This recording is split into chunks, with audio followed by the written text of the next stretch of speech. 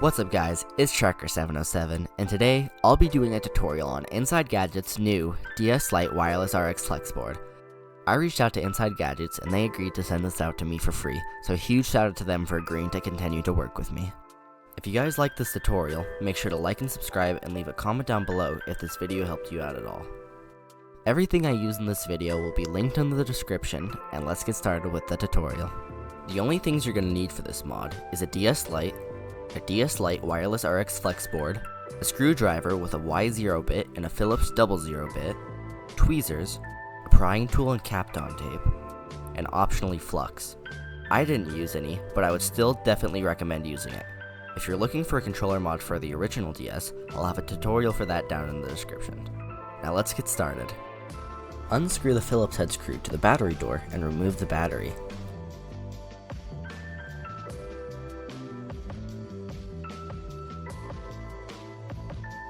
If your DS Lite still has the rubber bumpers on it, remove them carefully with tweezers.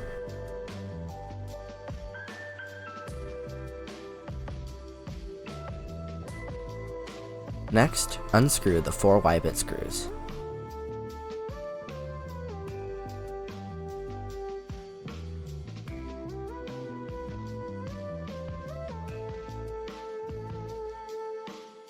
Then, remove the 3 Phillips head screws.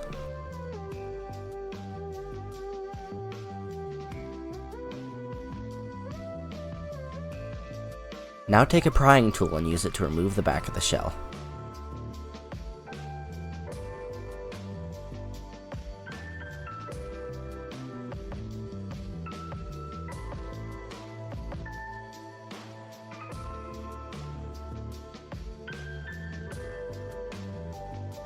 Next, remove the Wi-Fi antenna.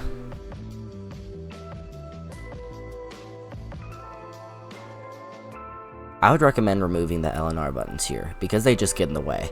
If you do the same, make sure not to lose the pins or the springs.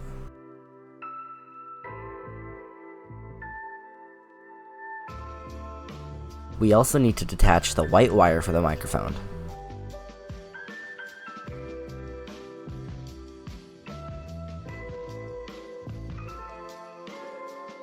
Now, take the black antenna and take it out from under the DS cart reader. This can be tricky, but with some patience, it will come out.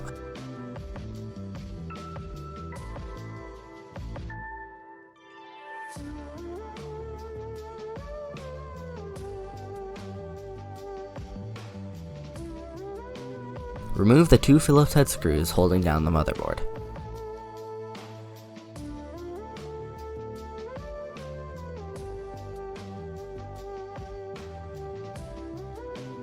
Now, we need to take out the motherboard from the top shell. Gently lift the motherboard up slightly while holding the screen and flipping it over, revealing the ribbon cable.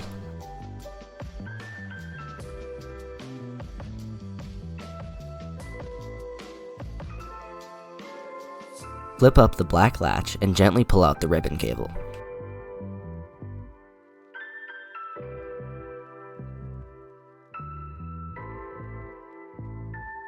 Now, we can take the top half of the shell and set it to the side.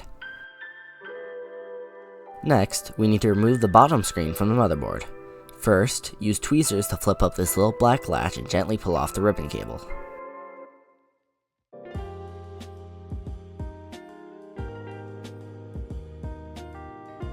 Next, we need to flip over the motherboard by lifting by the screen so we don't damage the other ribbon cable.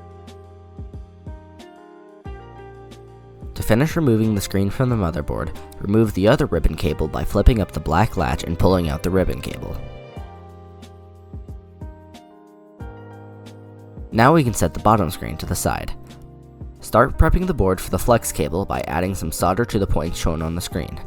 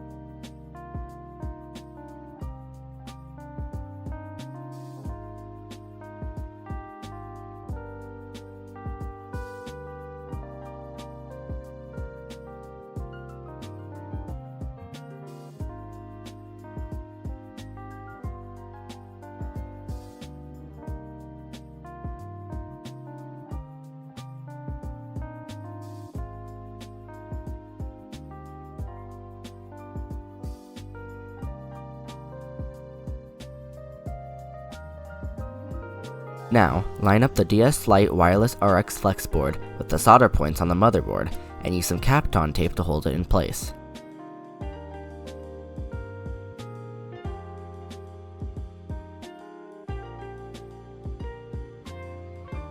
Line up the flex board with the correct test points and solder it down, making sure that the flex board is flush with the DS motherboard.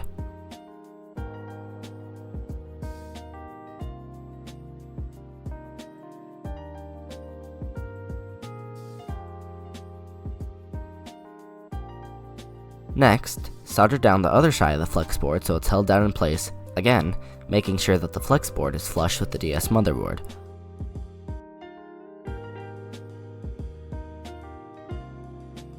Once both sides of the flex board are soldered in place, you can remove the Kapton tape and solder down all the rest of the points on the flex board.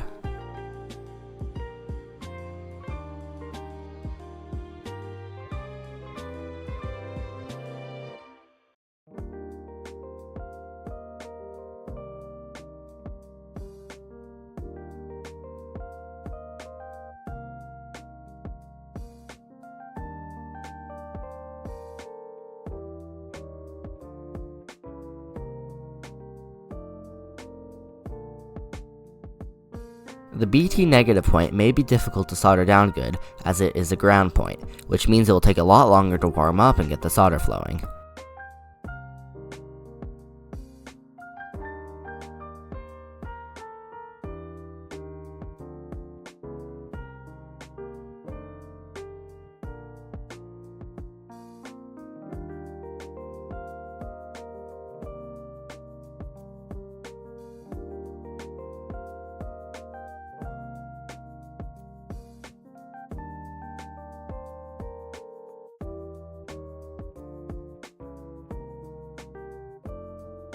After the DS Lite Flex board is soldered down flush against the DS motherboard, take the bottom screen and connect the ribbon cable by flipping up the black latch and inserting the ribbon cable into the connector.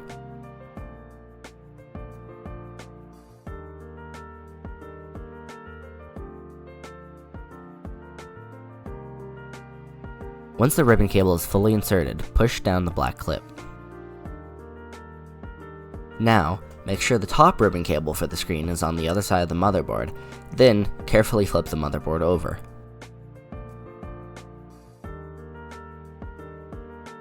Flip up the black latch and carefully insert the ribbon cable into the connector.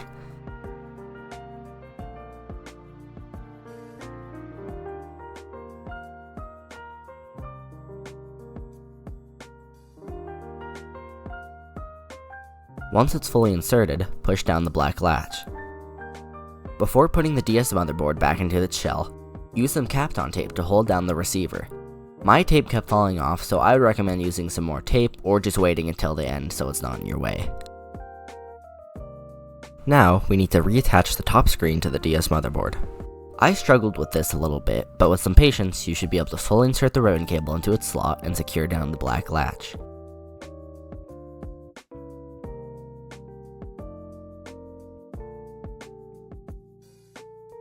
Hold the DS motherboard by the cartridge slot and the screen for stability, and flip the motherboard into place. Before screwing down the DS motherboard, make sure that the white wire for the microphone is slotted into place under the motherboard.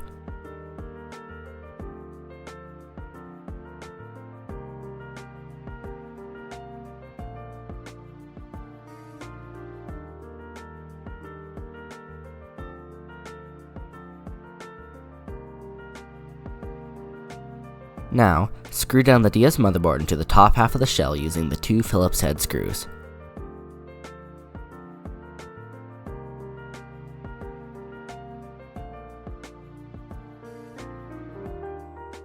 Next, we need to push the black antenna wire underneath the cartridge slot. I would recommend removing the Wi-Fi chip so it's easier. For some reason, I always have a hard time getting it through, but with some patience, you should be able to get it. Attach the white wire for the microphone to the motherboard.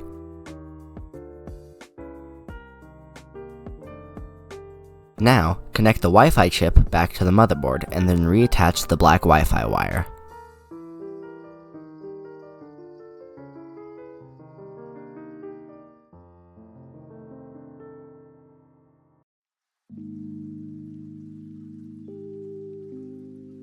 Before putting on the back shell, if you took off the L&R triggers, make sure to put them back into place.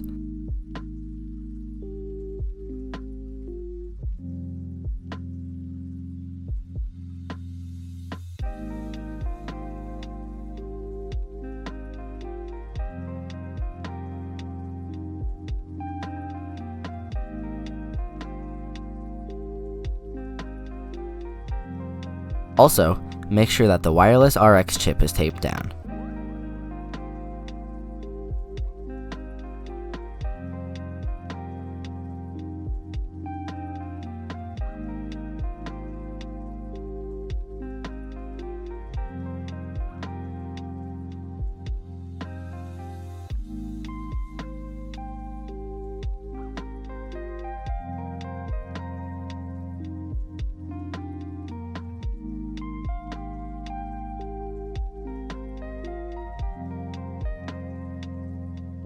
We also need to remove the stylus holder so there's room for the mod.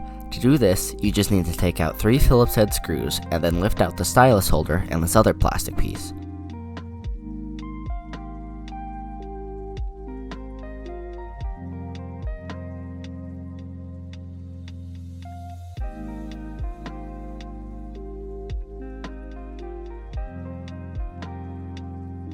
Now, we can put the back half of the shell on. Make sure that both the volume and the power switch are in the same position as their plastic piece on the shell.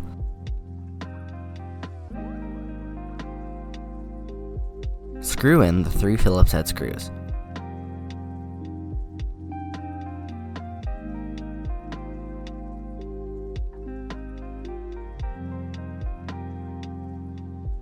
Then, screw in the 4 Y-bit screws.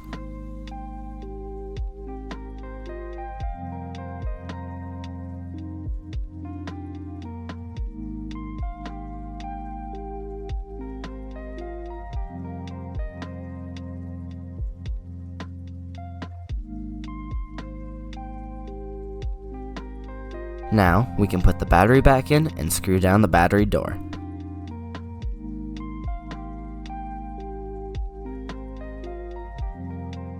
Once finished, turn on the system to make sure it works. My screens look a little bit weird on camera, but they look perfectly normal in real life. On the setup screen, test out all of the buttons on the physical DS and also using the controller mod. Here, I am using the SNES controller wireless TX adapter and the 8BitDo SN30 controller. And as you can see, everything seems to be working perfectly. I also like testing all my inputs with a software that I'll leave linked in the description to do a more thorough test of all my buttons on both the console and using the controller mod, and again, you can see that all of my buttons are working. Thank you guys so much for watching the video. If you liked it, make sure to like and subscribe and leave a comment down below if this video helped you out. Again, I just want to thank Inside Gadgets for sending this out to me. I can't explain how much I appreciate what they have done for me and my channel. I hope you guys liked the video, and I will see you in the next one.